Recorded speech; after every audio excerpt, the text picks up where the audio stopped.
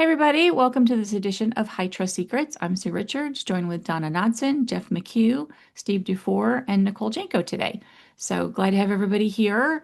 Is there anything in particular that anybody had questions or comments that they wanted to kick off with? No? Okay. I had a couple of things. First and foremost, Donna, you had on LinkedIn, let me find it. Um, I can bring it up. Are you talking about my post from today with the comparison? Yeah, SOC 2 versus high trust. Mm-hmm. I thought that I would liked be it. an interesting comment to start with and talk Sure. through some of the similarities and some of the differences.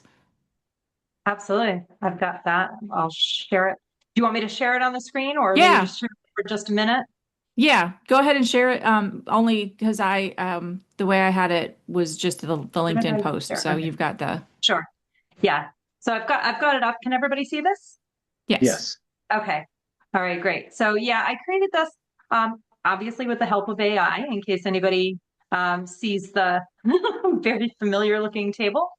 Um, it's one of those things that I'm working through a number of vendor assessments for one particular client who's mid high trust assessment, and we're pulling in different things, and the lackadaisiness with some of, especially around the SOC 2. High trust, it expires. Nobody's unclear on that. It expires. There's a hard date. You got to make sure your ducks are in a row and get your new one.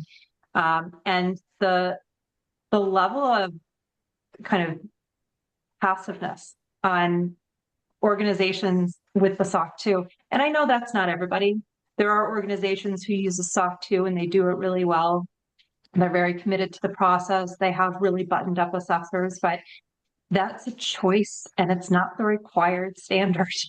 And it's so important to know that when you're looking at these assessments and trying to see, trying to compare for yourself and your own sanity about whether or not you want this vendor handling or accessing your data.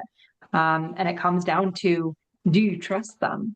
And the reality is that's not a great position to be in when you're talking about cybersecurity and data privacy. Trust is really nice, but what you want is verification. Absolutely. Well, what I found is that with a SOC 2, you really have to understand the controls that you're looking at, how they were Mhm. tested, and you have to read through the whole thing. I mean, it's not like Yes. you can just go, oh, okay, they're good. Although it's funny because even with some SOC 2 reports, and maybe it's a distrust in the industry because of all of the bad press that you get with the cookie cutter SOC 2 auditors, but even with a SOC 2, there's still clients that will come back and say, well, I still want to see all of your policies and procedures. I still want to see your incident response plan. I still want to see your business continuity plan. And I direct them to, well, page, 15 of that report shows this, and page 17 shows that. And the auditors reviewed it in depth and found it satisfactory. And they're like, yeah, that's fine. I still want to see it. And you're Mhm. like, okay. So, whereas with high trust, less and less so. I think Mhm. people are more understanding of the specific rigor that goes into Yeah. each of those different domains. They may want to see, well, I want to see all of your corrective action plans, or I want to see all of your gaps. I want to see where you didn't quite meet that standard. But for the ones that you've met the standard, I haven't seen too many that are like, well, I want to see all 365 pages of your report. I mean, we can share it. It's lengthy reading. It's not quite as Right, big but as a novel. you're not going to email it out and say, yeah, here's my whole high trust report. It's very much in a Right. contained, way of finding it. And that's that report distribution model that high trust has.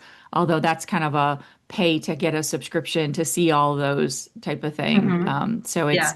it there's a lot of customers that are like, well, I'm not going to pay high trust to see your report. You're just gonna let me see it. But Yeah. Yeah, it's hard because it's paying to see the report.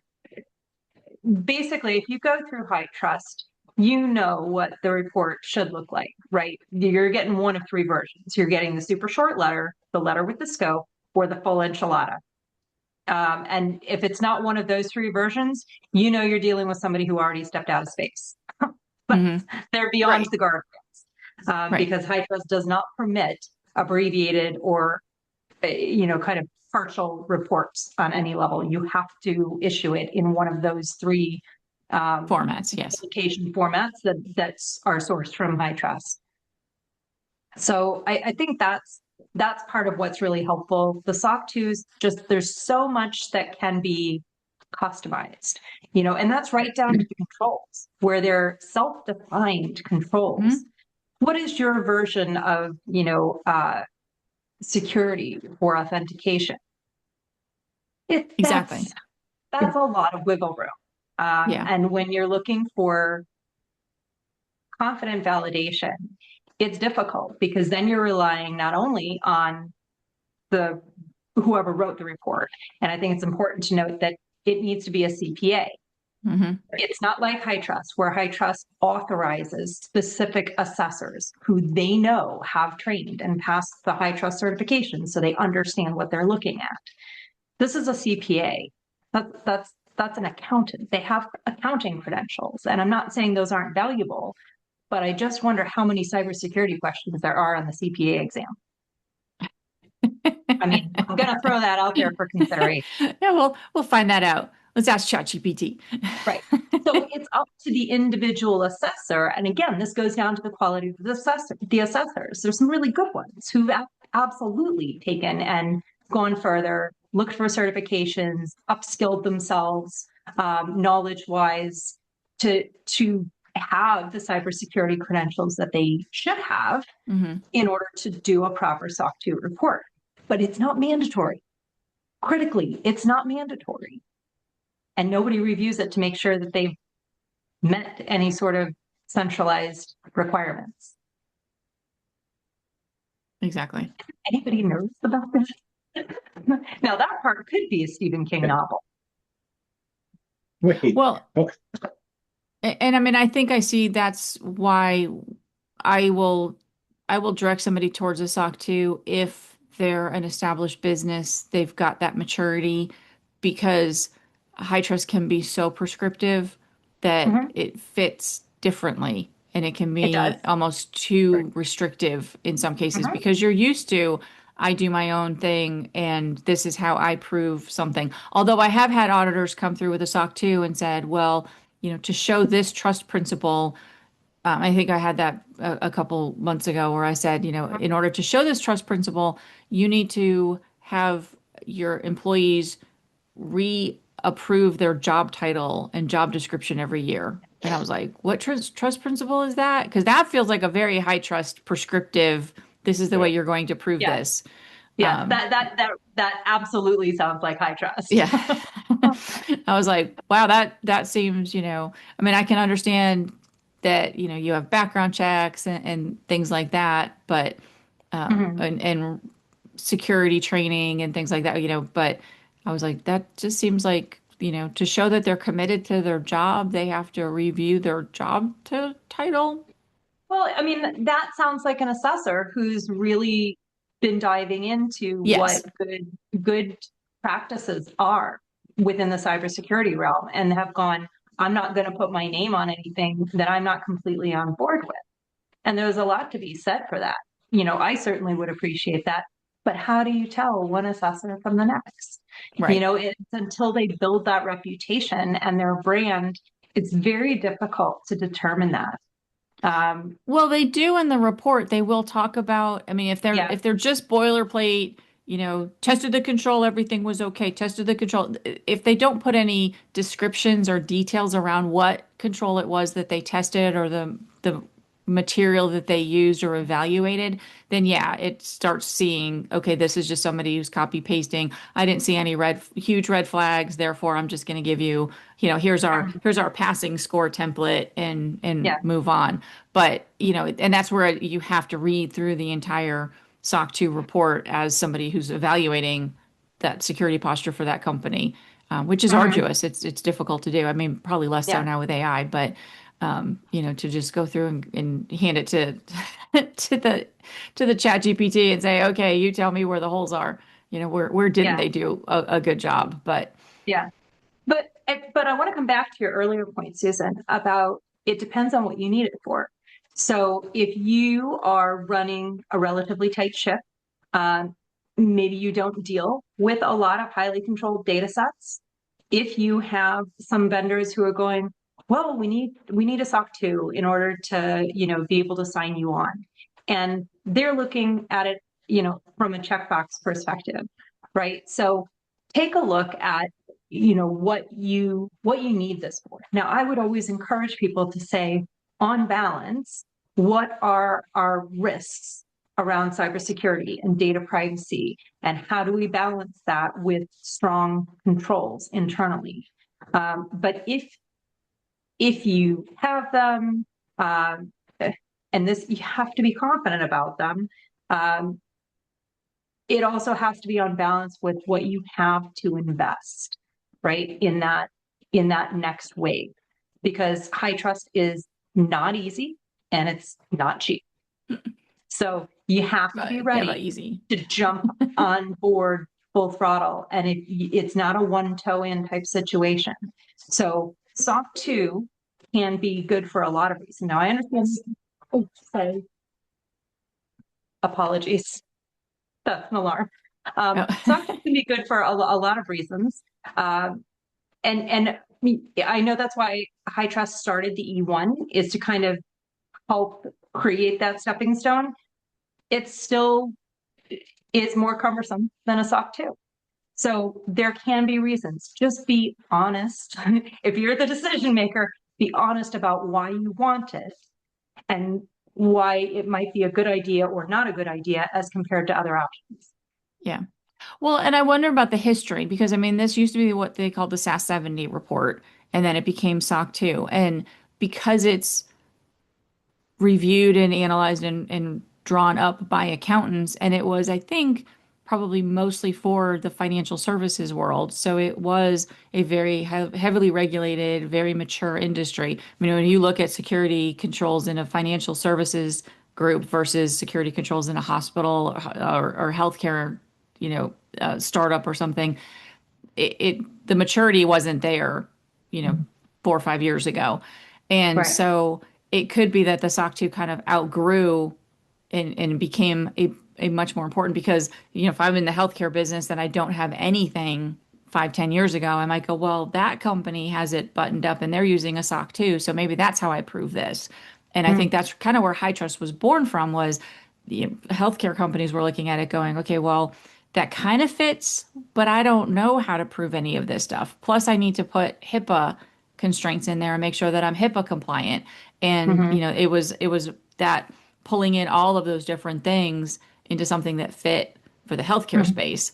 And Yeah. now high trust recognized that, I think, and is adapting past the healthcare space and moving into others, which is the I-1 without HIPAA requirements is, definitely something that would be outside the healthcare space.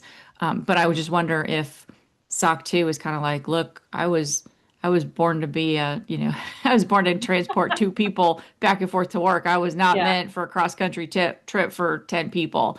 And, Yeah. SOC 2 is kind of like that wasn't the focus. And, Hmm. people have taken it beyond that and now going, hey, it's not really where it needs to be. Yeah. So, Yeah. And I do think it was started, they leveraged CPAs because they know how to run an audit, right? They know what that process looks like. And so where there was no one else who really understood how to go through, prove it out. What is your evidence? What are your policies? What are your procedures? How does all that, what is that audit slash assessment framework for conducting this evaluation? And I think CPAs were a really natural fit. mhm. Now, a decade, 2 decades on, cybersecurity is a much more mature ecosystem than it was. Well, I don't know if it's reached full throttle maturity, but it's definitely higher It, Right. Yeah. I than mean, it it's was. definitely it's definitely gone further than it was before. it will never mature there. Well, right. We're always just trying to keep up with innovation and whatever the newest thing is. So, Yeah. cybersecurity is always going to be moving at a high speed. It's never going to be fully mature. And anybody who thinks it's fully mature, that's a risk right there. So try to spot that red flag early. But those are the things that we just constantly try to keep pace with. So cybersecurity has moved on massively, but SOC 2s haven't. Mhm. And that's where the concern is. So anyways, it was just something that I wanted to put together because I know that oftentimes people look and say, well, what is the difference between one versus another? And how do I know? And I'd still like to get more in depth on the ISO 27001. So I'd invite anybody who has direct experience on ISO 27001 to compare that to HITRUST. I understand it's more robust. I'll just share anecdotally what I've heard is that it's more robust than a SOC 2. It may not be quite as stringent as HITRUST, but I also understand if you've got if you're part of an ISO assessment family, right? If you've got quality standards going on and other types of frameworks where it's a natural fit to use ISO, it might just make sense to stick with the ISO family when you're looking at cybersecurity, because there's going to be so many operational controls that you can leverage and gain efficiencies on that it doesn't make sense to start net new with HITRUST in just one area. So I'll put that forward. Again, I haven't had direct experience with ISO 27001, so I would welcome anybody to come in and do a comparison that we can then chat about. I think I know some people that do ISO 27001. I will ask. That would be great. I know a few people from Shellman that would probably be super happy to hop on a call. Also, Walter Haydock from StackAware is an expert in ISO 42001 for the AI management system. Nice, yeah. That's another source there. That would be great. And anybody who has ISO and HITRUST experience would probably be my favorite option. Because that's where it's hard if they've got the ISO experience, but they haven't gone through HITRUST, they might be hard put to explain the differences. I would say that. Yeah. Oh, sorry. Hi. No, Nicole, you're first. Ladies first. Well, thank you. I was just going to say, from what I've seen with ISO, it is very much more, it's not as stringent as you see in HITRUST. The testing expectations that we have in HITRUST and the very specific things that we need to look at, like down to the elements. It's not something you see in ISO. The Annex A controls do add a lot as far as like what you need as far as cybersecurity, but it is definitely not as black and white as you see in a HITRUST engagement. Yeah, because there's, at least with the 2013 version of ISO, that's the only thing I have experience with. I haven't done with the new version, but it was 136 controls. The very first thing you have to do is say which ones are applicable to your environment. So it's almost like scoping out. These controls don't count because, maybe you're outsourcing your development or something. So you don't need to have a production and test environment and prove that out. The other thing I found with it is it's an audit, not an assessment. So the auditor will ask you a specific question, like prove to me this, and you have to present the evidence. It's not a, hey, show me this and show me this and show me this. It's very much more of a formal, you have to prove that you have business continuity planning. And so your business continuity plan might be great as far as you're concerned, but it doesn't meet certain things that the auditor's expecting, and they'll just say, that's maybe a minor nonconformity. And they won't really explain how you would remedy it. You then have to come back and say, okay, this is how I think I'll remedy that. And then they go, yeah, I agree with you. That'll work. But it's very intimidating going through that process. And it can be, also, go ahead. I was going to say, there's a lot of auditor discretion there as well as to whether it's a minor or a major. A major, yeah. So, Susan, Donna, we have some partners that do both HITRUST and ISO. They'll be more than happy to jump on this podcast whenever you guys want. To just let me know. Just be back on what Steve has said as well. You have Shelman, you get these folks as well. Let me know when you want to discuss ISO, and I'll make sure that they attend. That sounds greght. Thank you. Yeah, any Thursday. we'll make time for it. So we kind of do these as open things. If we want to dedicate a full episode to that, we could, but for a 5 or 10 minute review of, their perspective. Definitely Yeah. any time they have on a Thursday to come to jump in would be great. Yeah. Okay, And I'll get that communication started. yeah, Perfect. and Peter, you can let us know. Then we can just let people know in advance. So anybody who wants to see the comparison or be part of the conversation about ISO versus HITRUST can plan to join that week. Sounds like a plan. I'll make Thanks. it happen. All right. All Yeah, right. and like I said, I don't even know the difference between what happened in for the 2013 version to the most current, what is it, like 2024, 2025. I mean, it's a lot of years going between, so I don't know if the controls are different. I do know, pretty sure you have to purchase a licensed ISO in order to get that documentation. It's not as expensive as a HITRUST license, but they don't freely give it like HITRUST freely gives all of the controls. It's not in the MyCSF format that we're all used to, but at least you can kind of get an idea of what those controls would look like.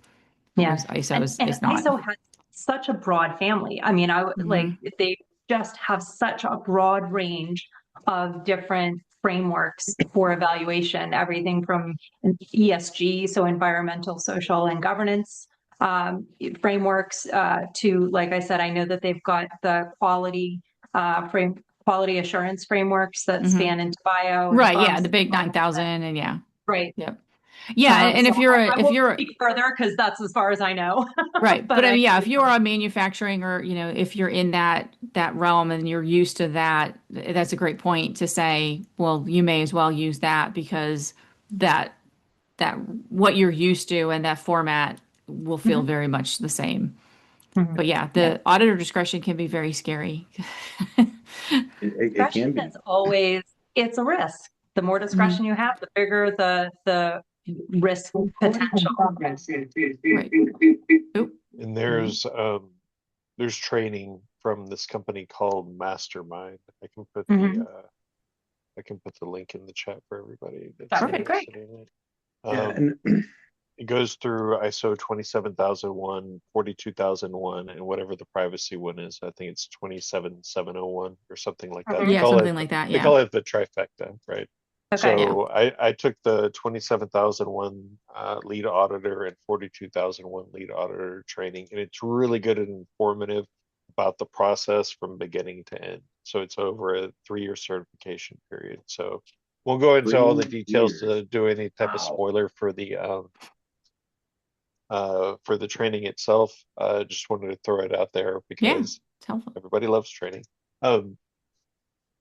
So ISO is really big in Europe and international companies. So I wonder if this is a really good opportunity for HITRUST to market and rebrand. Like, do you guys know of any large or medium-sized corporations based out of Europe that are HITRUST certified, like that can tell that success story? So that's actually where I started, was in Scotland, but it's because all of their clients are American healthcare and hospital organizations. So there was a reason that they chose HITRUST. And it was, they simply, didn't have any client base in Europe, even though they were Scottish founded and still had Scottish headquarters. So HITRUST was what they felt was the gold standard, is the gold standard. But the rest of Europe just isn't HITRUST centric. They haven't understood. Now, this was all before HITRUST published the breach rate. And I really feel like that could be a catalyst because ISO 27001 doesn't have a published breach rate, which means they can't say we have, this is the breach rate we have tracked based on companies who certify or assess under our framework. And HITRUST now has that and has published it. That changes the game. I wish HITRUST had published it even sooner.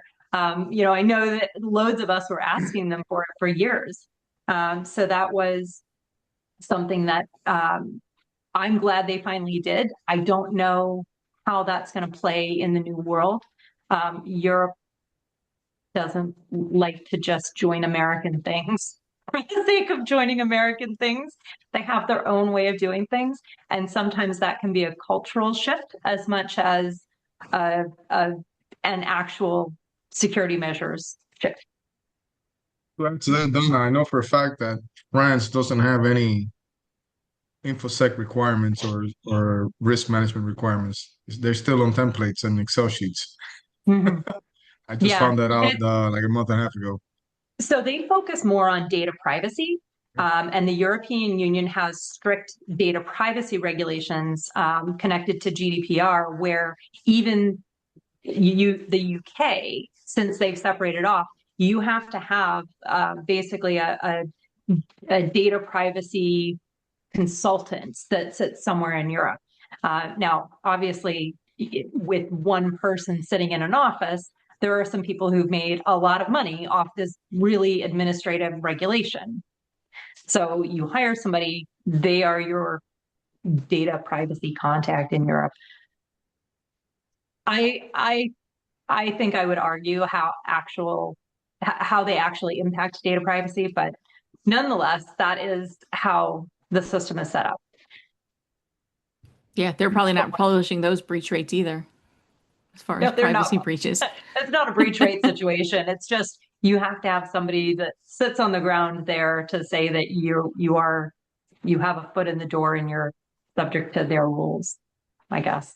Well, I mean, because I know everybody had to change their privacy policies when GDPR first came out, even websites here in the United States, because it was all about, you have the right to be forgotten and you have this and you have that. And so there was a framework that companies needed to put in place so that somebody could say, I don't want to do business with you anymore. Forget me. Never send me another marketing thing again. Healthcare probably already had a little bit of that with HIPAA privacy rules and, knowing that you're not going to be selling that information, et cetera, et cetera. So, it probably felt a little less arduous for some of these companies. But, and then if obviously, if you've treated somebody, if you've given them medical treatment, you're not going to forget because 5-10 years from now, they have complications. You're going to want to be able to say, well, here are the x-rays that we took and all that. So, that right to be forgotten kind of got watered down. Yeah. You're not going to go, I never saw that person. Yeah. Well, and there's the other side of it too, which is if you literally delete them from your system, then you have no knowledge if you get them from another source that you've seen that person before.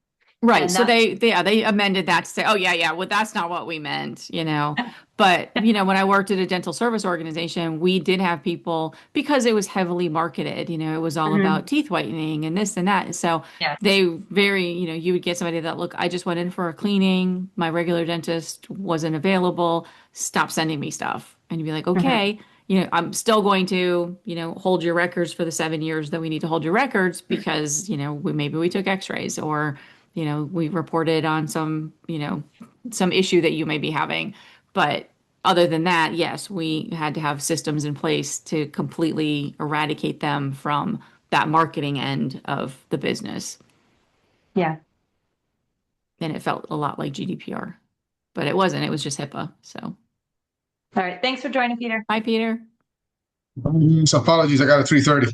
Good seeing you all. Thank you. Take care. So I guess I have a question. I love talking about frameworks, by the way. So we can do this all day long. But so who do we know who has small organizations that do E1s?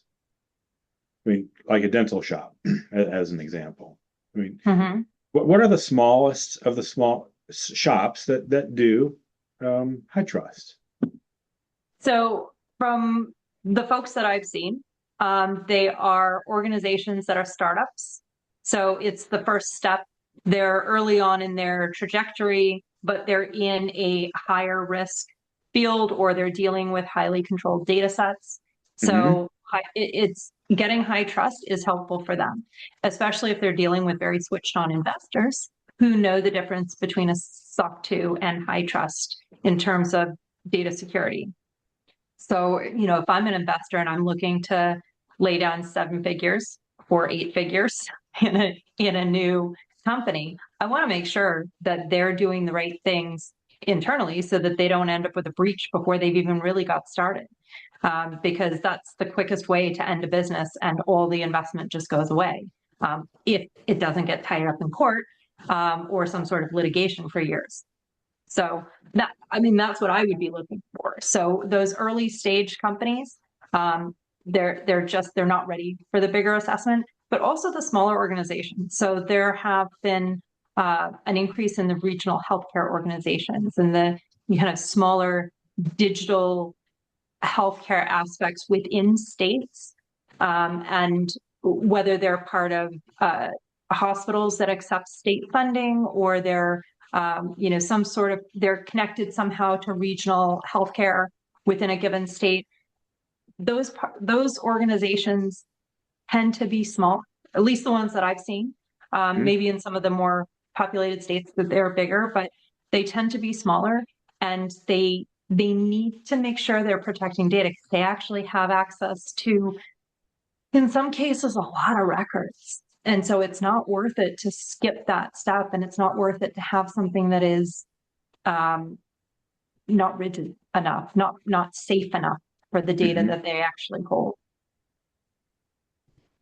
Yeah, I've found that it's usually a business associate, somebody in that technology space who has a product that either they want to sell it to a lot of large organizations, or they may even have just one organization, but that organization says you must be HITRUST certified.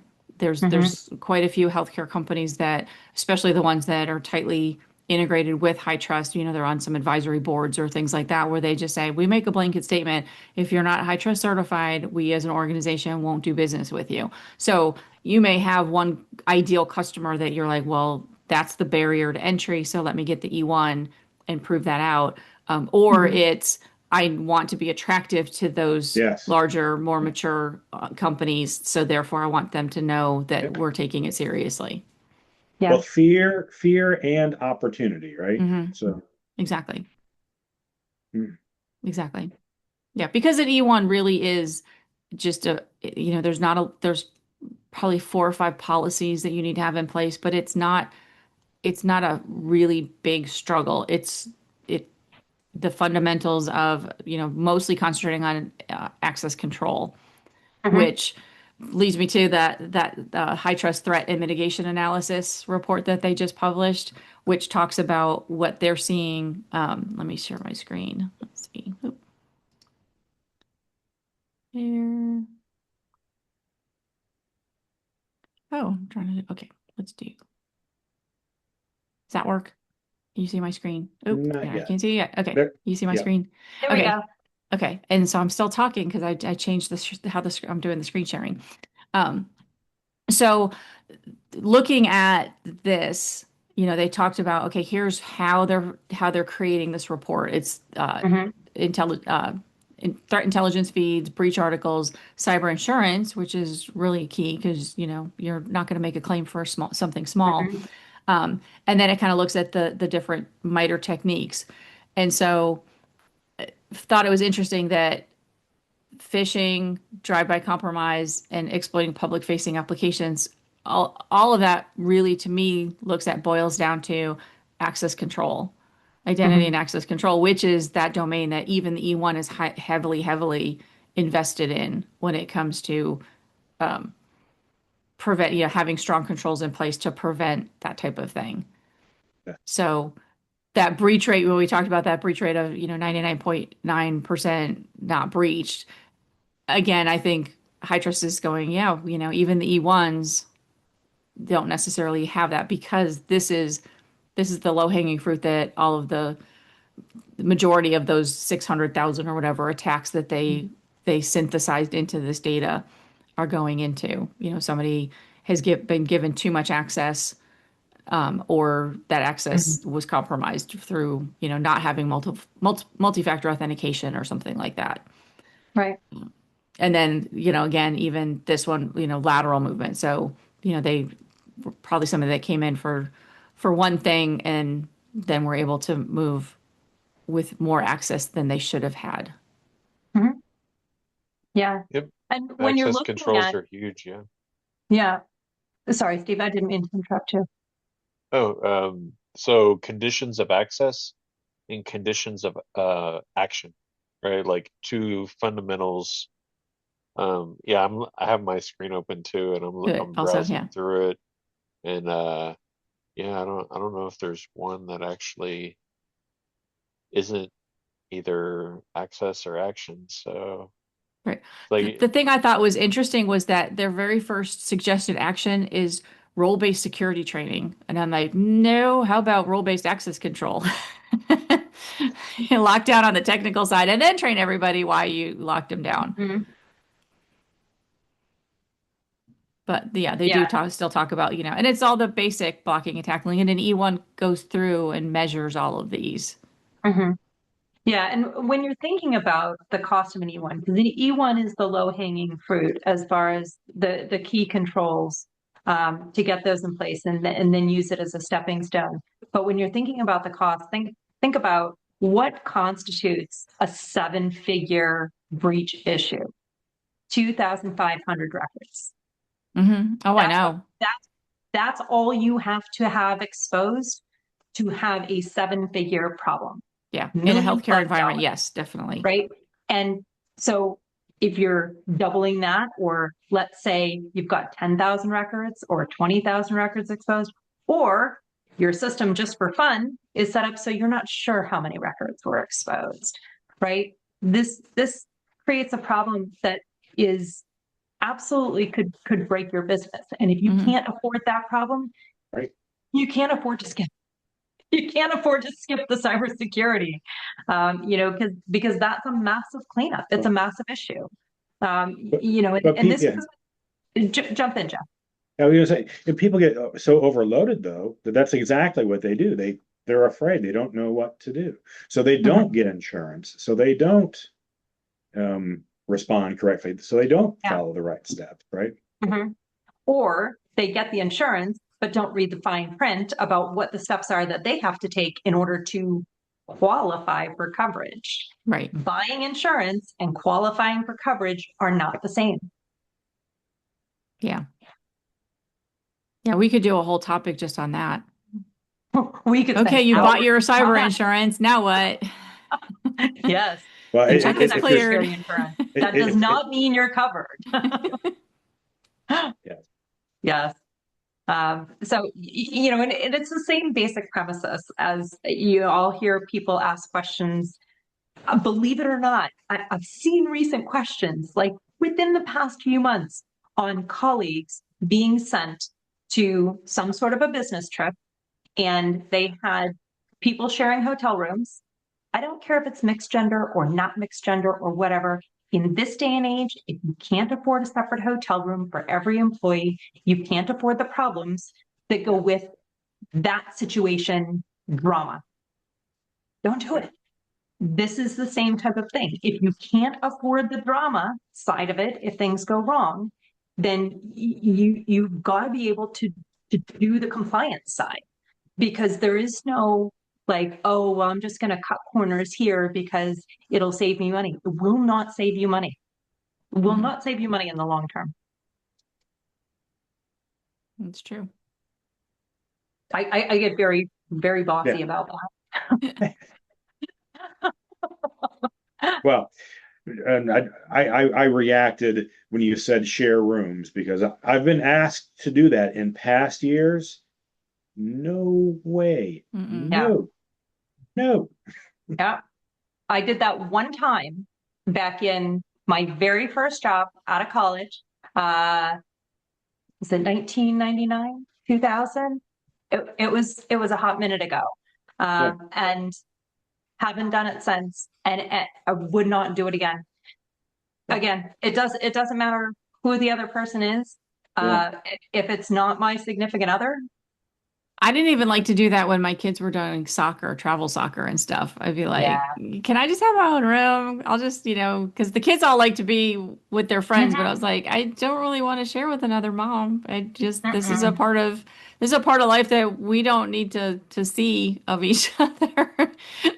And then see at the next soccer game or that tournament. I'm like, now I just, be in the hotel room bar or the hotel bar for a drink or something, but I'm gonna brush my teeth in peace. Yeah. But that if you wouldn't expose yourself, your own personal self in situations like that, why would you expose your business or your data in situations where you do not have buttoned up security? It just doesn't make sense. So for anybody who's listening to this, who's waiting for a sign that you should go and seek security, this is your sign. Go get the assessment. This is the sign. Do your risk assessment. Gosh darn it. Yeah, I mean, and that's the nice thing about having cyber insurance is that hopefully those agents are helping with that education to be able to say, I'm not just going to take your premium and then tell you, sorry, there's no claim. But they are going to have that, hey, when we went through this questionnaire, here are the risks that we found. I mean, there's nuances of even homeowners insurance that I had no idea, that if you have a new roof on your house, it's a cheaper premium than if your roof is 10 or 15 years old. Less so now, because I think now they don't do replacement costs. If your roof is damaged, they basically prorate it and say, oh, your roof is 15 years old. Well, here's $10 for your big hole in your roof. But in the past, it wasn't even something that occurred to me because I was like, well, if there's going to be a hole in my roof because of damage, why would it 10-year-old roof versus a brand new roof? But apparently the underwriters have figured out there is. So hopefully those underwriters are also, those insurance agents are also going, if I write this policy for cyber risk, I can help you reduce your premiums if you can prove this, this, and this to me. Yeah. Agreed. Good stuff. I know. Anything else? I have just one quick topic because it was something that, I go through and do security awareness training for teams. And I'm always focused on, what would appeal to a broad general sense of people. And we just, added AI to user acceptance policies and things like that. But, how many people remember to incorporate what you can put into an AI prompt as part of the training? Are we still in 2 years ago where that wasn't an issue, or are people kind of looking at their training programs for this year and going, oh, I need to make sure I incorporate an AI module in there? So just food for thought, because it was one that I was like, yeah, I'm always talking about shredding and phishing and don't leave your password on a sticky note, but I was like, oh yeah, people are going to need to know more so than just a quick, hey, don't do that, that maybe we need a 5 or 10 minute training module on that. Well, and I think we were talking a couple of weeks ago about that they need to make sure that they have updated training across the board, because even the phishing emails and stuff, where it used to be the training was look for, dirty emails where they're not spelled correctly or there are errors, and that's not what they look like anymore.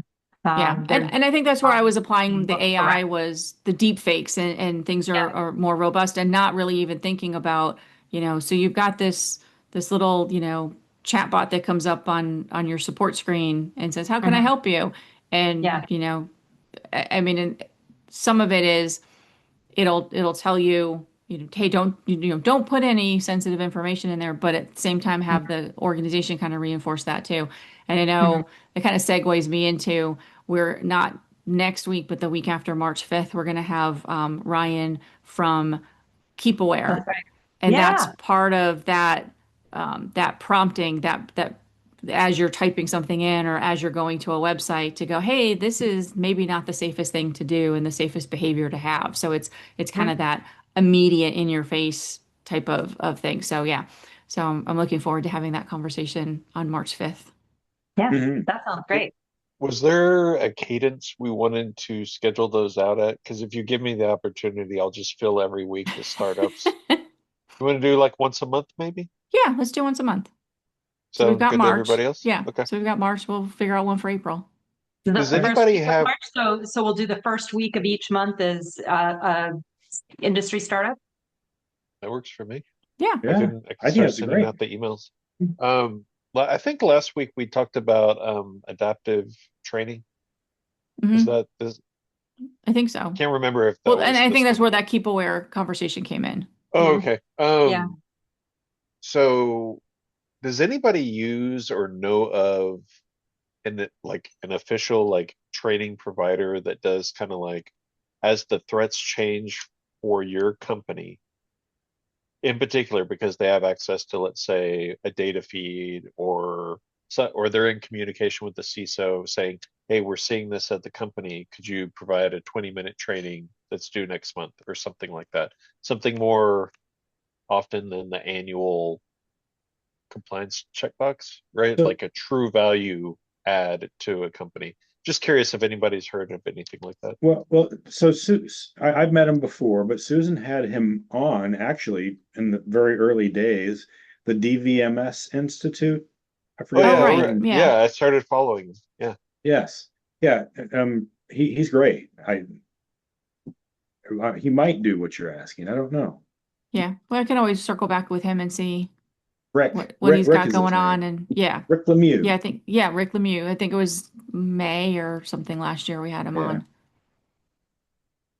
But yeah, we can always do that. No, typically what I do is it's more of a manual, as I'm going through it because I create a monthly cadence. And so as I'm going through that, I'll look and see, these are the things I want to reinforce, or here's, a new concept. And that's kind of where this came up today in the conversation was, looking out the next 3 months of training. Somebody had said, well, do we have any AI specific training? And I was like, well, the updated training on phishing to say, hey, it's more sophisticated, but not the, don't put stuff into a chat prompt. Mhm. And there are businesses who would benefit from helping their employees create AI prompt templates. So Mm, where you're using them to maybe support, let's say you had some sort of a use for a case management draft or memo drafting or something like that, and you have appropriate security measures around your data. You may still want to guide employees as to what is appropriate or not appropriate to include in that prompt and help them shape it so that it's very easy, where you're saying, yes, you can include medically necessary information in order to leverage this AI tool to help create this case summary or something to that effect. Don't leave them guessing on what's medically necessary or what's necessary information in order to get this done faster, which then leads to cost savings, both on the business side and for end users and patients. Cost savings is part of the patient's right. So, what we're experiencing as a whole ecosystem is changing. And it's not necessarily data privacy and data security at any cost, right? So they're starting to shift that game a bit. So don't leave people guessing as to what's appropriate or what's necessary to put into a prompt. If you have teams that need to say, like, right, they're going to write up a financial summary for this client, or they're going to write up a case management summary. Maybe you work in a mental health clinic, or you work in, I don't know, some sort of counseling clinic, or you're working across, in a situation where maybe it's oncology. And so you're working with a plethora of different people for cancer care, right? These are the types of things where it may be necessary to write summaries and send them through different channels. And I am absolutely sure that AI can be useful with that. But figure out what the core prompts might be, and you can, even insert like little sample or in brackets what information about the patient should be included, and maybe guidance on what should not be included. And then also making sure how that's sent and shared. And there may be, if you're working across different providers, there may be things that you should not be sharing. But in any case, just give people the tools on how to use it and how to save it, interacting with the system, because I do think it's useful. A lot of people don't really know where to start, and giving them those stepping stones can help your business go faster. It can help you make better use of AI and more more appropriate business decisions with regards to what goes in and what comes out of AI. And don't forget to read the output. And that's hugely helpful because first, we talked about this before. I can always repeat myself. Sorry about that, guys. Security is known as the Department of No, as opposed to providing guidance on how to particular use. And there's arguments back and forth with like, well, it's not their job and all this other stuff. And at the same time, if your job is to protect the company from harm, there's no way you can avoid addressing AI. Because when you go to Google or Bing or just random websites, it's already built into that. Like, so your top 4 things, like in a Google search or a Bing search, are going to be AI related. It is going to respond to you. Like, it's just built in already. Yeah, and I would actually say if you're looking at the whole scope of risk management, which in my opinion, compliance should be looking at comprehensive risk management, a complete lack of a competitive edge is just as big of a risk for the business. We're bigger. as exposing your entire data set, right? Because if you don't figure it out, part of being in risk and compliance is figuring out how to get that competitive edge while protecting the business, how to strike that balance. So if you're not doing this, if you're not figuring out how to navigate these challenges, your competitors will be. And I feel like any individual working in the risk sphere who doesn't feel like driving revenue and driving competitive advantage as part of their job really has no business in risk because they don't understand the complete ecosystem of their role. Yeah. I mean, the only way to make it risk zero is to not do it. And even that's got a risk in not doing it. So, safest way to avoid a car accident, never leave the house or don't get in a car. You're not going to go very far. Right. But there's risk in that as well. So, yeah. Yeah. There is risk in that as well. I watched a car run into a house and hit the second story on the news last night. So there's no guarantees you won't be in a car. Yeah, exactly. Because you never get in a car. That's right. Case in point. All right. Well, I think that wraps us up for the week. Thanks so much, everybody. And we'll be back next week. It was great seeing everybody. It was great seeing you. Bye. Bye. Bye.